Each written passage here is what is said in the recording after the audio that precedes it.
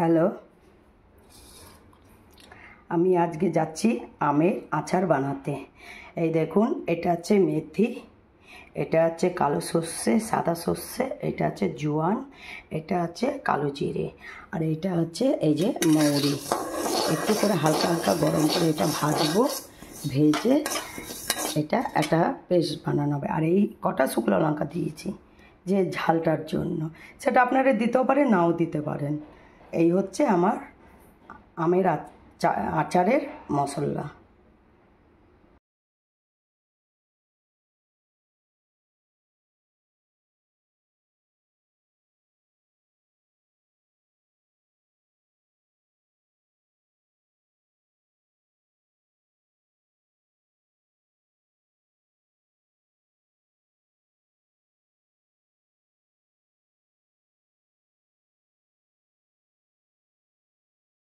Hi guys, দেখুন আজকে আমি আমের এটা বানাচ্ছি। মশলাটা করিনি কেন, কালকে মেলাবো।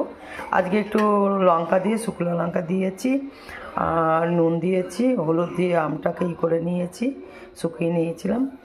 আর এই সর্ষের তেল দিয়ে এখন রেখে দেবো, কালকে মশলাটা মেলাবো, মশলাটা।